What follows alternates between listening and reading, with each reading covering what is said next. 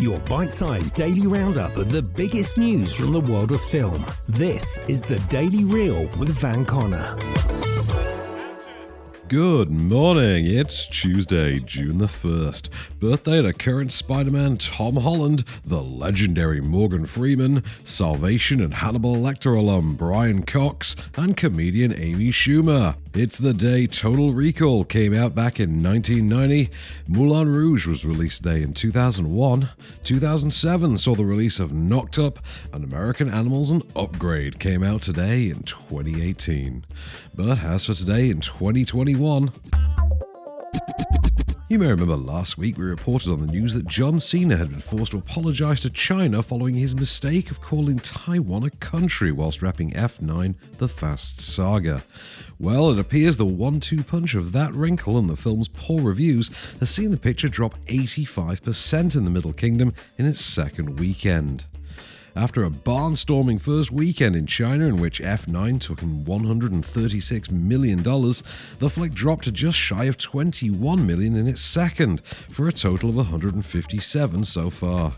For reference, a 50% drop is about average. Now, China's certainly known for front-loading its box office reception, but current estimates see the 9th entry in the Fast and Furious franchise lagging behind both Furious 7 and The Fate of the Furious, which had each equally earned around $390 million by their second weekends respectively.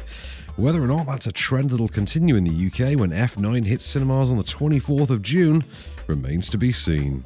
So we're up against a master thief, assassin, high-performance driver. Who is he?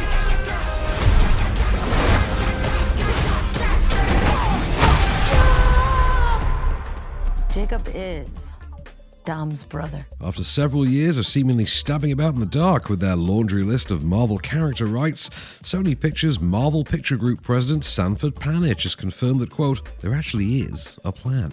When recently discussing Sony's collection of Spider-Man character rights, Panitch told reporters, "We don't really think of our 900 characters as the Spideyverse. We have a Marvel universe. The volume of characters we have, wait until you see this next Venom. You don't miss Spider-Man." Dubiousness of that statement aside, the executive did follow up with a telling remark about how exciting it would be if they did meet.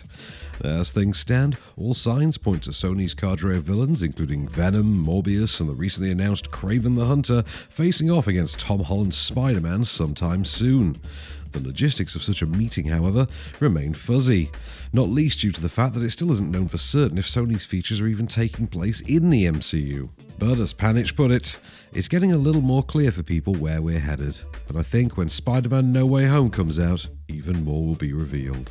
It's long been rumoured that No Way Home, the supposed finale in Marvel's trilogy, will crack open the multiverse in a big way for Peter Parker, but we'll find out just how wide on December 17th. What are you doing? I'm putting my hands up. You are making us look bad. And finally, in yet another example of the streamer's algorithm knowing its audience, Anna Kendrick has joined Rodney and Cheryl, a true crime Netflix feature about a woman who chooses a serial killer on a dating show. The feature will tell the real story of serial killer Rodney Alcala, a man estimated to have killed over 130 people, who, in 1978, at the height of his crime spree no less, went on America's popular TV show The Dating Game. For UK listeners, that's the US equivalent of Blind Date.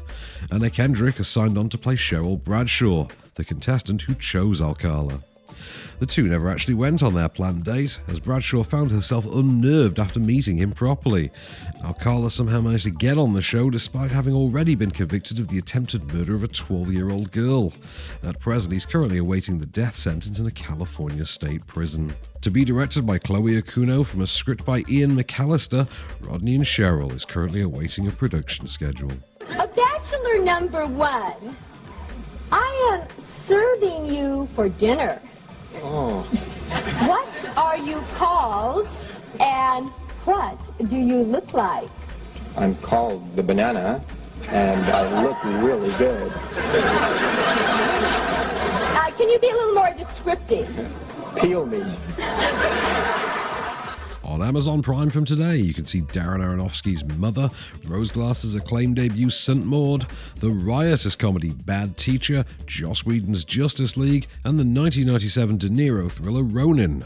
While Mubi are adding Christian Petzold's Yella, Shudder add Piercing, and over on Netflix there's a bevy of new offerings that include the biographical crime drama Believe Me, The Abduction of Lisa McVeigh, space documentary The Black Hole, The Edge of All We Know, the 2005 horror romp Boogeyman, 2011 Zoe Saldana action A Colombiana, the Elvis documentary Elvis Presley The Searcher, James Corden's Paul Potts biopic One Chance, the Malaysian horror tale Row, and the Japanese action drama Seven Souls in the School Castle and its sequel Season Moon Kagan. There's also a trio of new Thomas and Friends offerings, including New Arrival, World of Tomorrow, and Thomas and the Royal Engine, as well as the children's animated musical Super Monsters Once Upon a Rhyme, the Malaysian horror tale Soul, and the courtroom chiller Summoned. On Freeview tonight, you can see the ensemble comedy Mother's Day, YA superhero tale The Darkest Minds, and Richard Curtis's 4 Weddings and a Funeral on Film 4.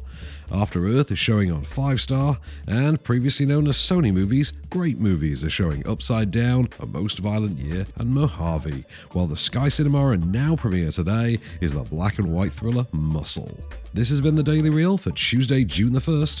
Keep it cinematic and we'll see you tomorrow. The Daily Reel is a Candystore production, presented by Van Connor and written by Calvin Prickett. All information is correct at the time of writing, and source links are in the description for each episode. Don't forget to rate, review, and subscribe on all good podcast platforms, or ask Alexa to install the Daily Reel skill for your morning flash briefing. Follow the show on social at Daily Reel Pod, and we'll be back every weekday. Until then, keep it cinematic.